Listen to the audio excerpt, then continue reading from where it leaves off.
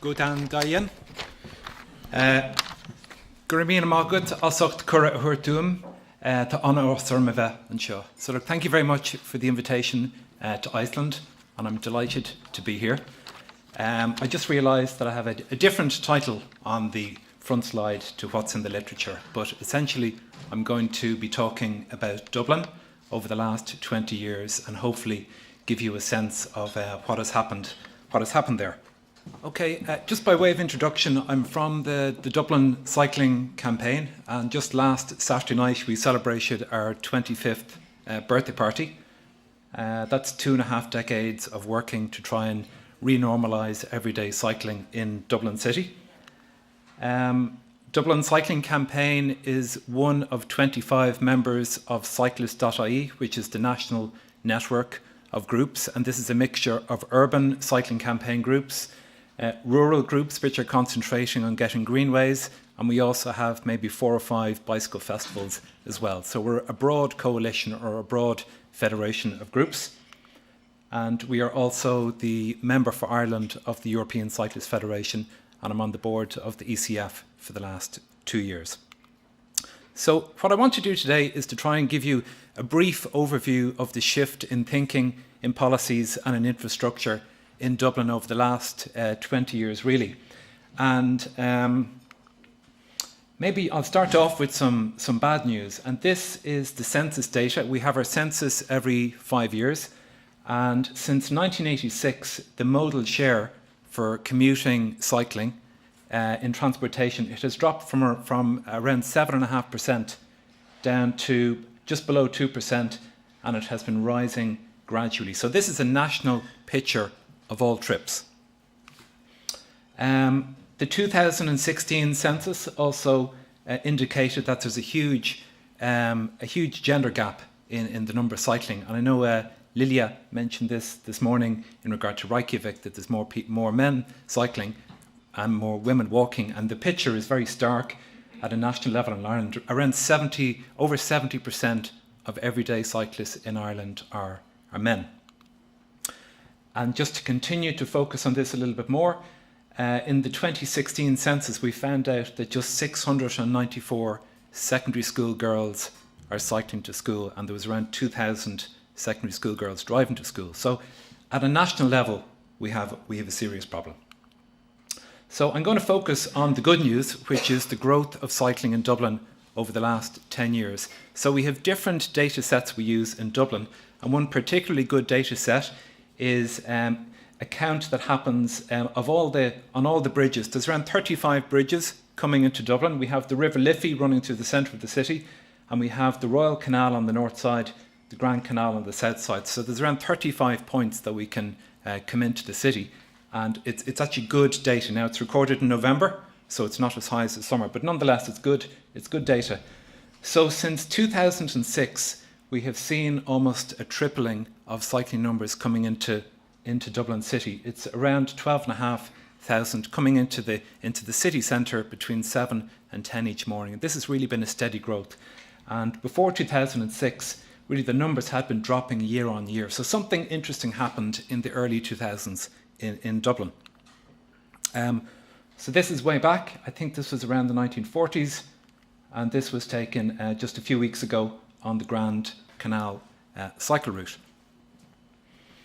So at this point, no, I'll come back to it later on. So what exactly happened there? I think it's useful maybe to broaden out the picture. There was really a paradigm shift in transport thinking in the early 1990s, when all of the research indicated that increased construction of inner city motorways, widening roads wasn't leading to a reduction in congestion. And I think the initial research really came from the United Kingdom, and it started to seep into the thinking and policies of Irish policymakers in the early 1990s. So the early 1990s saw the publication of the Dublin Transport Initiative report, and for the first time in 40 years it really recommended strongly that the future of transport in Dublin City was around shifts to public transport, walking, cycling, car sharing. So, terms which are now part of the normal rhetoric.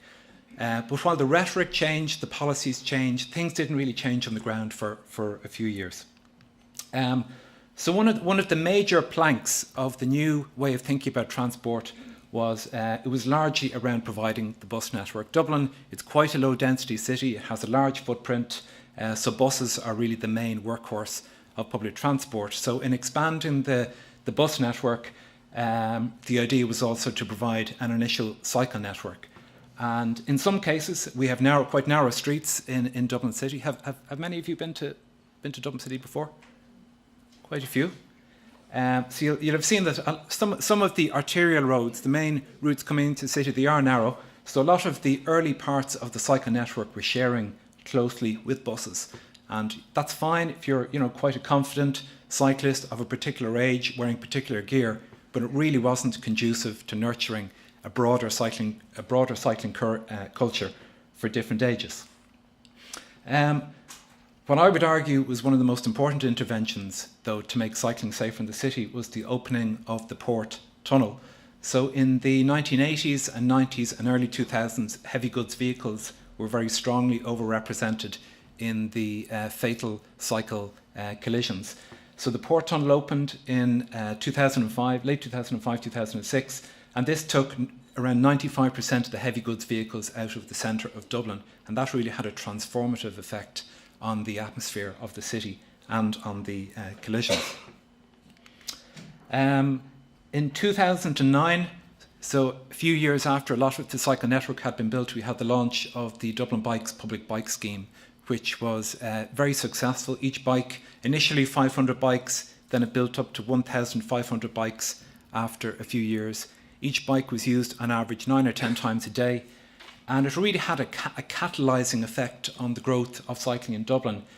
It helped to normalise cycling in everyday clothes, and a lot of people coming into Dublin, they were either driving into the centre in the morning or taking the public transport, but then they had lunch breaks, and it's quite a long walking distance between the central business financial area and the shopping area, so suddenly people were rediscovering the use of the bikes, and a lot of people that hadn't cycled in maybe 20 or 30 years, now suddenly they had access to a working bike that needed no maintenance, that you didn't have to think about. It was really cheap, €10 per year to join, and suddenly a large number of people were rediscovering what everyday cycling was like, and they were also rediscovering that certain routes and certain aspects of cycling in Dublin were incredibly unfriendly. So I would argue that the introduction of the bikes opened up people's minds to the idea that lots of interventions to make the city cycling friendly was a good idea. And a lot of these people weren't previously cycling, and they would have been hostile to more progressive ideas. So the Dublin Bikes, it catalysed the growth of cycling in quite unpredictable ways.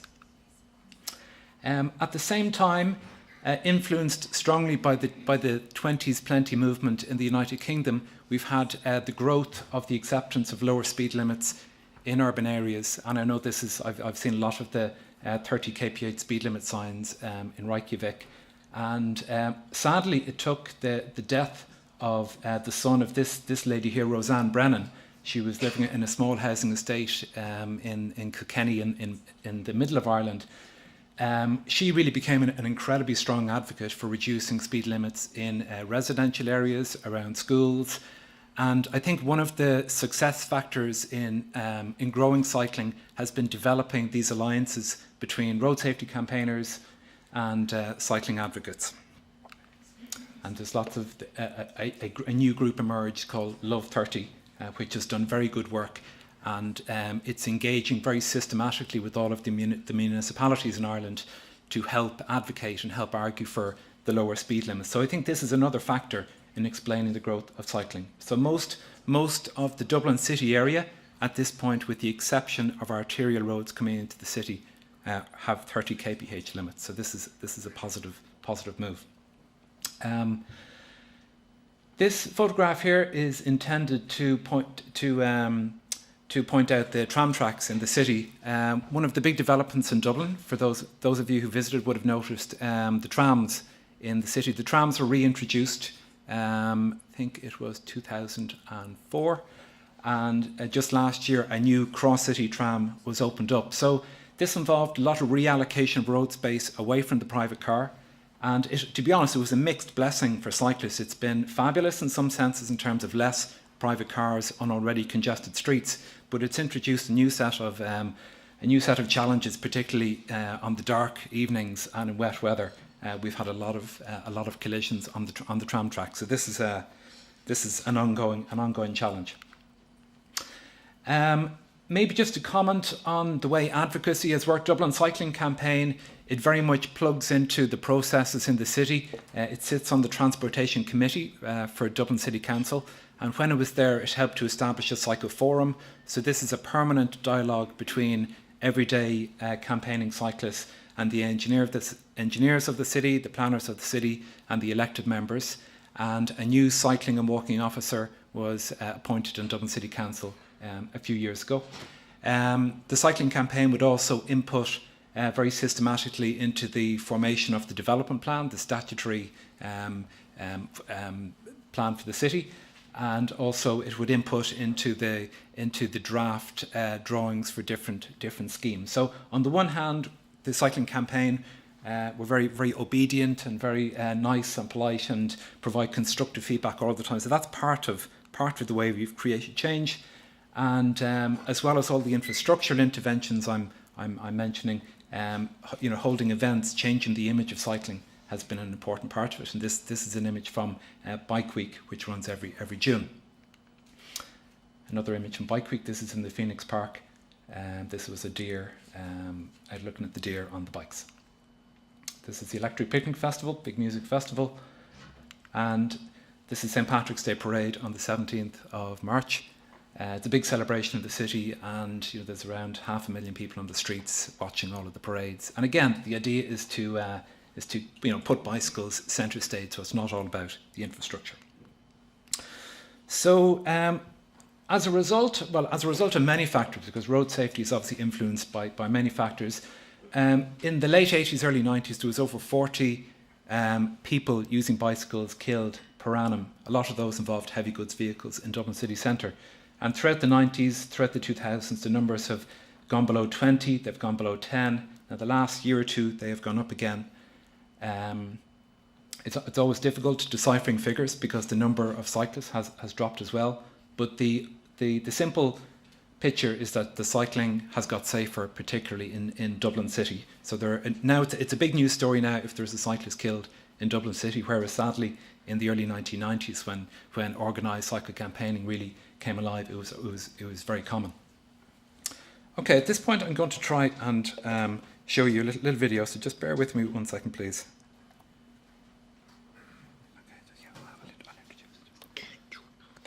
Thanks very much, Sassy. So this image here was produced in collaboration. So it's a collaboration between Dublin Cycling Campaign and the City Council, and it shows the Grand Canal cycle route, which was really one of the first examples of a high-quality segregated infrastructure in the city centre. There were around 200 car parking spaces removed in order to provide this, whereas the earlier phases of cycle infrastructure was very much about narrowing existing lanes, squeezing often substandard cycle lanes into the existing infrastructure, into the existing fabric. So this is from about a couple of years.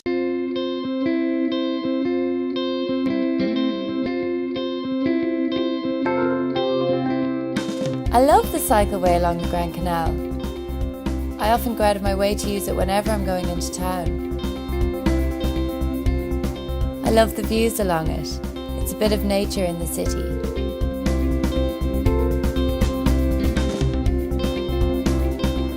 You see everybody using it, young and old. There's so much life along it, with the barges and the market. And I'm always running into friends too.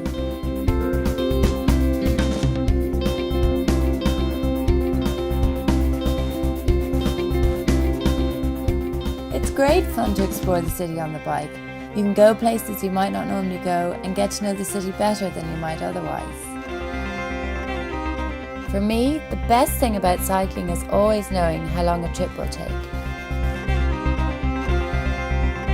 Cycling is the most reliable way for me to get around Dublin, and using the cycleway along the canal makes it all the nicer.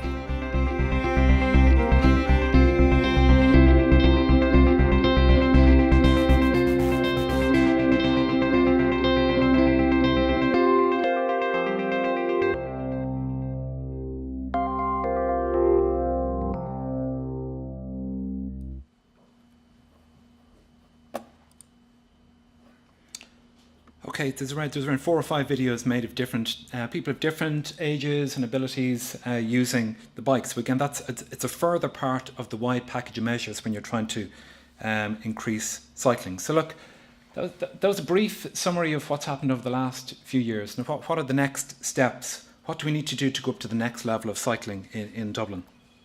So as part of the Dublin City Development Plan, there's a kind of on-road cycle network, and there's also this green cycle network. It'll follow the canals, the river, the coast, and these schemes are at various stages in the planning process and at stages of completion. Really, the linchpin in making Dublin city centre bicycle friendly is providing a Liffey cycle route. So anyone who's been to Dublin, they've been alongside the Liffey, and really it's almost like a dual carriageway in the centre of the city. So if we can create a facility very similar to the Grand Canal cycle route alongside the Liffey, this will make an enormous difference. So this has really become the number one focus for cycling campaigners in Dublin. We have had Dutch consultants over really since 2011 developing different solutions, and it's been very difficult to get it through the planning process. Each scheme requires quite a lot of reallocation of road space, in some cases narrowing footpaths, in some cases diverting other traffic. So it's been very difficult to get it through even pre-planning. We have had some of the biggest cycling protests in Dublin in the last 20 years. To get this scheme over the line, I think there's just a growing realisation that the city is not sufficiently livable and safe for children, for older people, for women. So there's really a huge movement now to get this route built. And part of the inspiration comes from looking at routes. I mean, London traditionally wouldn't have been a cycle-friendly city, certainly in the last 2 to 3 decades. And the route beside the Thames in London is really transformative if anyone has cycled in London in the last few years. So there's examples from countries which aren't, Denmark and the Netherlands, and countries which are usually cited, which are giving us inspiration to move ahead in Dublin. And we've done our own counts on the Liffey at the moment, and at the moment between 8 in the morning and 9:15 on a particular part of the city quays, there's almost twice. The blue represents people on bicycles, the orange is private cars. There's almost twice the number of people using the quays on bicycles that there are in cars. So sometimes you need to create new data sets. Look at counts which haven't previously been used in order to build up the argument. And you do need good quantitative arguments to demonstrate that cycling matters in decongesting cities. Another battle that's happening at the moment is College Green in the centre of Dublin. You have Trinity College, a very old university in the bottom corner there. And College Green has been almost a big bottleneck for public transport, for walking, private cars. Now trams going through it for many years.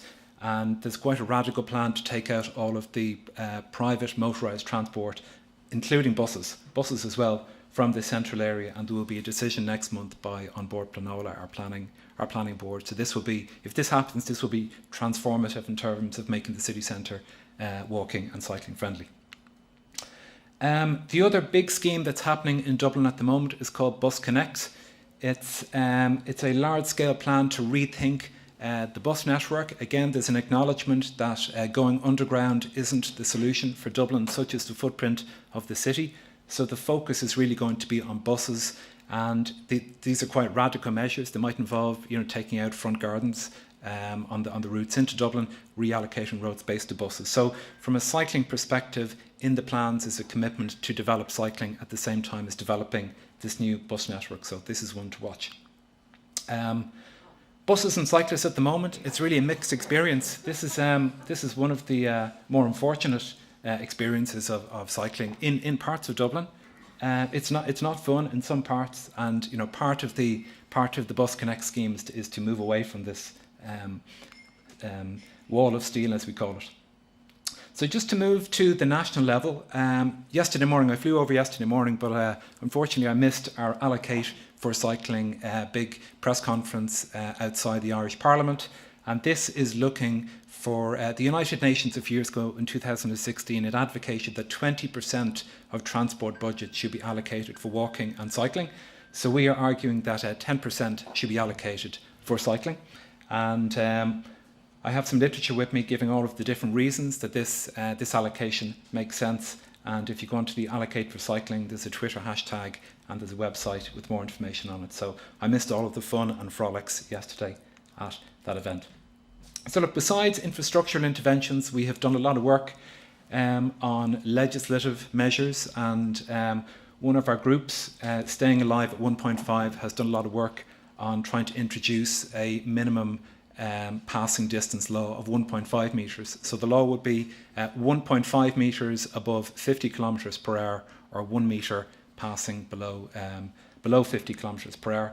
Our Minister for Transport announced in February that this piece of legislation would be introduced.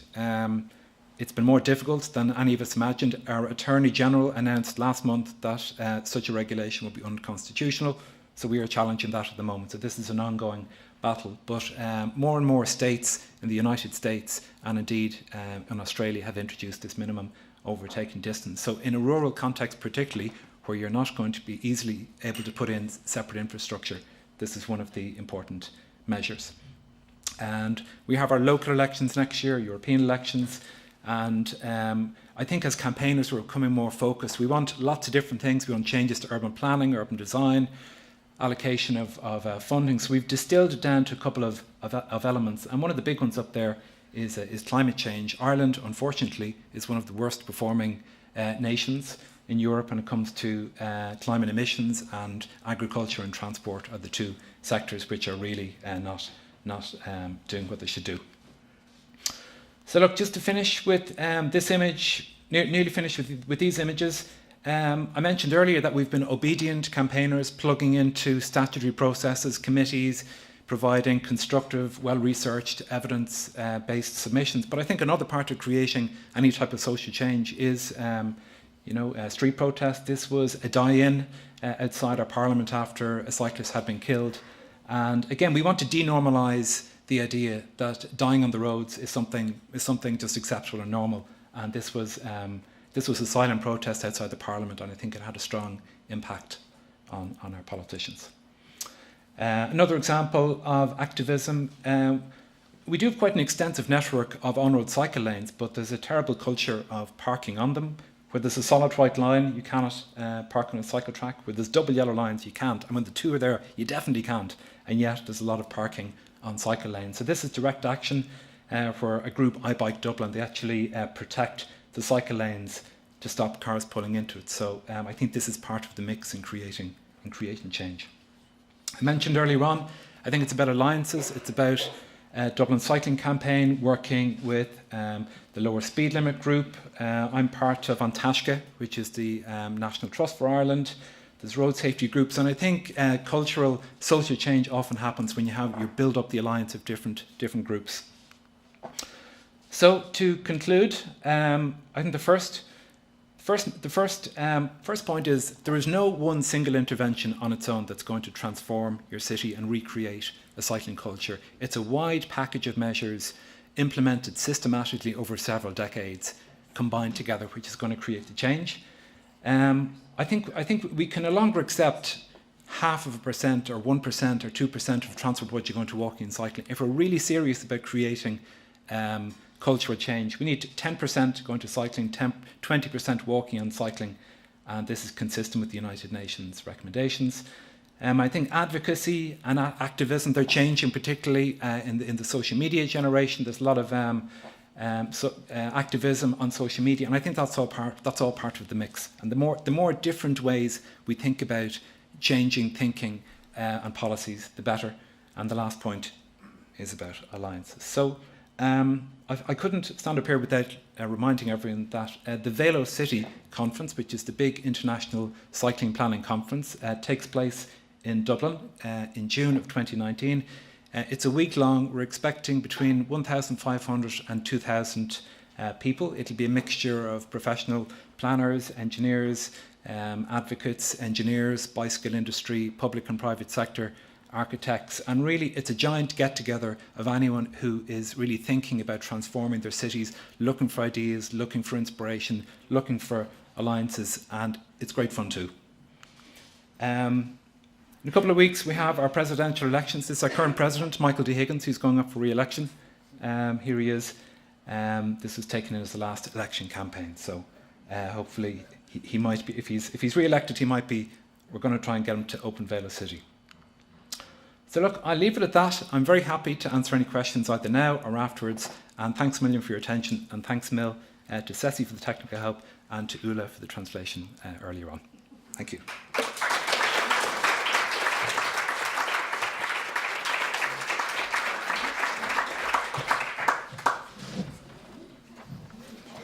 Yeah, we thank Damien for a very interesting lecture.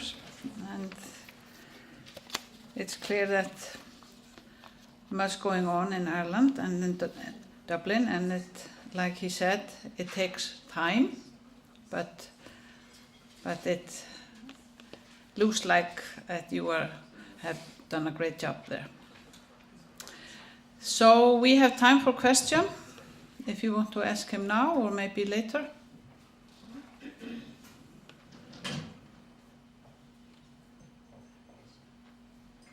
Yes? Isn't it right that Jared Walker is assisting you with the bus connect? You know? Say again, please. Could you take the question up there and repeat the question, because we don't have other microphones. So if you're taking the question, then repeat it.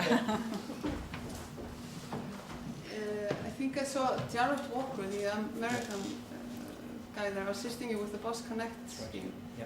And I'm following them on Twitter, and it looks as if there are hard fights around. Yes. Is Yeah. Okay. Please repeat the question. Okay. The question from the floor is around the Bus Connects bus plan, and there's a Canadian chap, Jared Walker, who is advising the national agency on how to develop this kind of radically reorganised bus system. And at the moment, there are lots of public consultation sessions on it, and the question recognises that there's a lot of opposition at the moment to it. And it's a good point. Any type of change presents challenges to people. People have grown up. People develop habits, and once those habits are challenged, people get freaked out. So I think public consultation needs to be done very thoroughly, very gently, with good researched arguments. And if you rush public consultation, I think it comes back to bite you.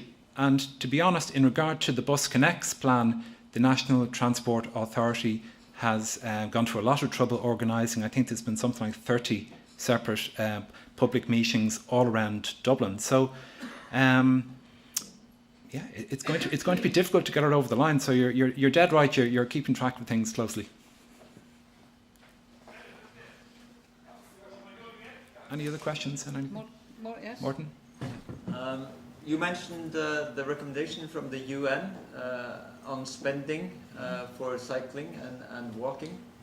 So I wondered, could you tell us again where that came from and on what background and how it has been received, if you know anything about that, I mean in other countries? So the document is the United Nations Environment Programme, and I think that the exact title is something like Walking and Cycling Promotion. I can circulate the link, and the recommendation is that of your transportation budget, 20% needs to be allocated for walking and cycling. And this figure, it sounds like a high figure, but this is really to make up for the lack of investment in these modes over the decades. Now, we did some calculations at home, and we think it's approximately 2% of our own transportation budget is going for walking and cycling. And it's quite a difficult figure to arrive at, because there are different departments contributing to cycling development. Sometimes tourism and recreation, other times it's national agencies, and it all goes to local authorities. So I'd recommend, if you don't have the figure to hand, it's a good figure to work out. So around 2%, and we are arguing that that needs to go up to 10%. So I think it's like any idea. Initially, it's laughed at, and then people challenge it, and then it becomes the norm. So I think it's an idea which is transitioning from being a fringe idea into being accepted. And the United Nations report is a good document for us to refer to, and I can circulate the link. Just one tactical thing. I have a question about the data that you use. You said that you use research and data a lot, and you mentioned that you have consensus data, and you have some counters on bridges.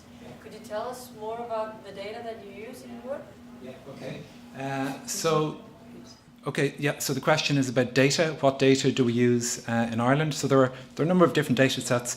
The census is carried out every 5 years of every single household in Ireland. I think there's probably we have a population of almost 5 million. That's probably around 2 million households. Since 1986, there have been transport questions in there. The question is, what is your usual main mode of transport to school, college, or work? And the current number nationally is just over 2%. Now, if you listen to the question, it's the main transport mode you use actually for the longest part of your journey. So there's actually a lot of people who cycle to bus and train stations, or they hop on a bike for the last part of their journey, and they're not counted because it only records the longest part of the journey. So that's the census data. Within Dublin City, then we have these counters at each of the 35 bridges coming into the central zone of Dublin. They're the canal cordon counts carried out over 2 days in November, really for the last 20 or 30 years. And then we also have a new one of the criticisms of that count was that it was happening in November, and there is a definite drop between the summertime and the wintertime in cycling numbers. So maybe for the last 10 years we have a new count that takes place in May over the Liffey bridges, and then additionally we have some of these pillars, electronic pillars. You see them in some other countries. You cycle past them and it records when you pass. Now, in addition to that, there's also there's a big. Obviously, Ireland has a big kind of IT industry, a lot of foreign direct investment from the major companies. So there's a new whole array of data coming from different apps. One of our colleagues in the cycling campaign is the Liberty Bell project, where where you ring a bell, you put bells on bikes, you ring the bell when you encounter some sort of difficulty. So there's lots of new data sets coming on stream as well. So that's the short version of the answer. I can give more detail afterwards. Okay, thank you again.